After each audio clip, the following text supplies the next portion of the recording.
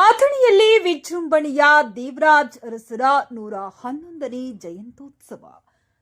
ಜನಪರ ನಾಯಕ ಮಾಜಿ ಮುಖ್ಯಮಂತ್ರಿ ಡಿ ದೇವರಾಜ್ ಅರಸ್ ಈ ರಾಜ್ಯ ಕಂಡ ಅಚ್ಚುಮೆಚ್ಚಿನ ನಾಯಕ ಎಂದು ತಾಲೂಕು ಗ್ಯಾರಂಟಿ ಯೋಜನೆಗಳ ಅನುಷ್ಠಾನ ಸಮಿತಿ ಅಧ್ಯಕ್ಷ ಸಿದ್ಧಾರ್ಥ ಸಿಂಗ್ ಹೇಳಿದರು.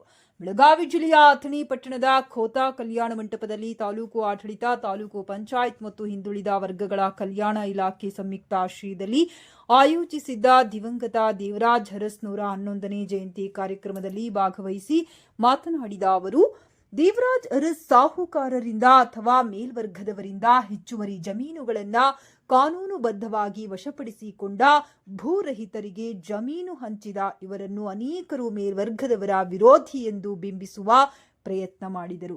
ಆದರೆ ಅವರು ಮೇಲ್ವರ್ಗದವರಿಗೂ ಕೂಡ ಅನೇಕ ಮಹತ್ವದ ಯೋಜನೆಗಳನ್ನು ಜಾರಿಗೊಳಿಸಿದ್ದ ಇವರು ಸಮಾಜದಲ್ಲಿ ಸಾಮಾಜಿಕ ಮತ್ತು ಆರ್ಥಿಕ ಸಮಾನತೆಗಾಗಿ ಸಾಕಷ್ಟು ಶ್ರಮಿಸಿದವರಾಗಿದ್ದಾರೆ ಎಂದರು.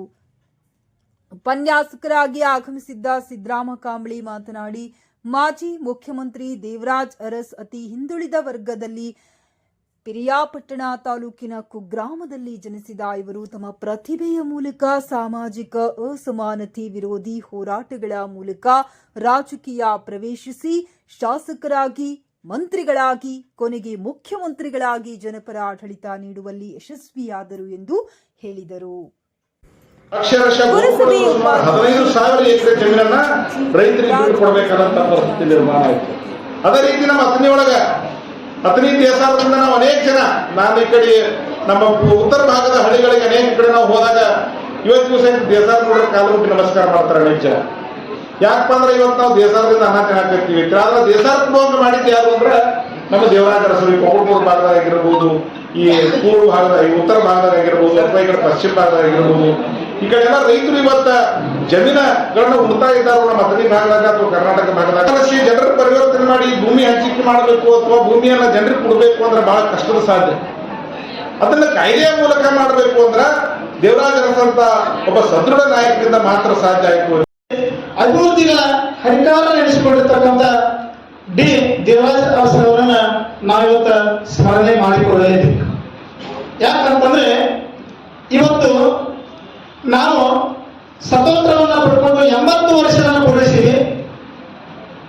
ಆದರೂ ಕೂಡ ಇನ್ನೂ ನಾವು ಸಮಾನತೆಗಾಗಿ ಹೋರಾಡ್ತಕ್ಕಂಥದ್ದನ್ನ ಕಾಣಕತ್ತೀವಿ. ಆಗ 6ನೇ ಶತಮಾನದಲ್ಲಿ ಬುದ್ಧ ಮತ್ತು ಮಹಾವೀರನ್ನ, 12ನೇ ಶತಮಾನದಲ್ಲಿ ಕ್ರಾಂತಿಕಾರಿ ಜಗಜ್ಯೋತಿ ಬಸವಣ್ಣವರನ್ನ, 20ನೇ ಶತಮಾನದಲ್ಲಿ 19ನೇ ಶತಮಾನದಲ್ಲಿ ಸಂವಿಧಾನ ಶಿಲ್ಪಿ ಡಾಕ್ಟರ್ ಬಾಬಾ ಸಾಹೇಬ್ ಅಂಬೇಡ್ಕರ್ ಅವರನ್ನ ನಾವು ಸ್ಮರಣೆ ಮಾಡಿಕೊಳ್ಳಲಿಲ್ಲ. ಸನ್ಮಾನ್ಯ ಶ್ರೀ ಲಕ್ಷ್ಮಣ ಸಂಗಪ್ಪ ಸೋದಿ, ಮಾನ್ಯ ಸಹಕಾರ ಸಚಿವರು, ಕರ್ನಾಟಕ ಸರ್ಕಾರ ಹಾಗೂ ಮಾಜಿ ಉಪಮುಖ್ಯಮಂತ್ರಿಗಳ ಉಪಸ್ಥಿತಿಯಲ್ಲಿ ಈ ಕಾರ್ಯಕ್ರಮಕ್ಕೆ ಸ್ವಾಗತವನ್ನು ಕೊಡ್ತಾ ಸನ್ಮಾನ್ಯ ಶ್ರೀಮತಿ ಪುರಸಭೆ ಉಪಾಧ್ಯಕ್ಷಿ ಭುವನೇಶ್ವರಿ ಎಂಕಂಚಿ, ದೇವರಾಜ್ ಅರಸ್ ಜನ್ಮ ದಿನಾಚರಣೆ ಸಮಿತಿ ಅಧ್ಯಕ್ಷ ಹಾಗೂ ತಹಶೀಲ್ದಾರ್ ಸಿದ್ದರಾಯ ಭೋಸಗಿ, ತಾಲೂಕು ಪಂಚಾಯತ್ ಕಾರ್ಯನಿರ್ವಾಹಕ ಅಧಿಕಾರಿ ಶಿವಾನಂದ್ ಕಲ್ಲಾಪುರ, ಕೃಷಿ ಅಧಿಕಾರಿ ನಿಂಗಣ್ಣ ಬಿರಾದಾರ್, ಎಸ್ಎಸ್ಎಂಎಸ್ ಪದವಿ ಮಹಾವಿದ್ಯಾಲಯದ ಪ್ರಾಚಾರ್ಯ ಪ್ರಶಾಂತ್ ಮಗದುಮಾ ವೇದಿಕೆಯಲ್ಲಿ ಇದ್ದರು. ಇದೇ ಸಮಯದಲ್ಲಿ ತಾಲೂಕು ಹಿಂದುಳಿದ ವರ್ಗಗಳ ಅಧಿಕಾರಿ ವೆಂಕಟೇಶ್ ಕುಲಕರ್ಣಿ, ವಿಸ್ತೀರ್ಣ ಅಧಿಕಾರಿ ಅಶೋಕ್ ಸತ್ತಿಗೌಡರ, ವಸತಿ ನಿಲಯಗಳ ಮೇಲ್ವಿಚಾರಕರಾದ ಬಸಲಿಂಗ ಎಲ್ಲಟ್ಟಿ, ಪಾರ್ವತಿ ಮಲಗೌಡರ್, ಅಶೋಕ್ ಆಜೂರ, ಪರಸಪ್ಪ ಮಾಳಗುಂಡ, ಉಮೇಶ್ ಗಾಡಿವಡ್ಡರ್, ಕೇದಾರಿ ಭಾಗಿ, ಗೀತಾ ನಾಯಕ, ಅಕ್ಕತಾಯಿ ಪವಾರ್, ಸಿಬ್ಬಂದಿಗಳಾದ ಅಶೋಕ್ ವಾಲಿಕಾರ್, ಸಂಜು ಕೋರೆ, ಶ್ರೀಧರ್ ಘಾಟಗಿ ಸೇರಿದಂತೆ ಅನೇಕರು ಉಪಸ್ಥಿತರಿದ್ದರು. ಕಾರ್ಯಕ್ರಮದಲ್ಲಿ ವಸತಿ ನಿಲಯಗಳ ಪ್ರತಿಭಾವಂತ ವಿದ್ಯಾರ್ಥಿಗಳಿಗೆ ಅತಿಥಿಗಳು ಸತ್ಕರಿಸಿದರು. ವೆಂಕಟೇಶ್ ಕುಲಕರ್ಣಿ ಸರ್ವರನ್ನು ಸ್ವಾಗತಿಸಿದರು. ಸತೀಶ್ ಕೋಳಿ, ನ್ಯೂಸ್ ಫಾಸ್ಟ್, ರಿಪೋರ್ಟರ್, ಅಥಣಿ.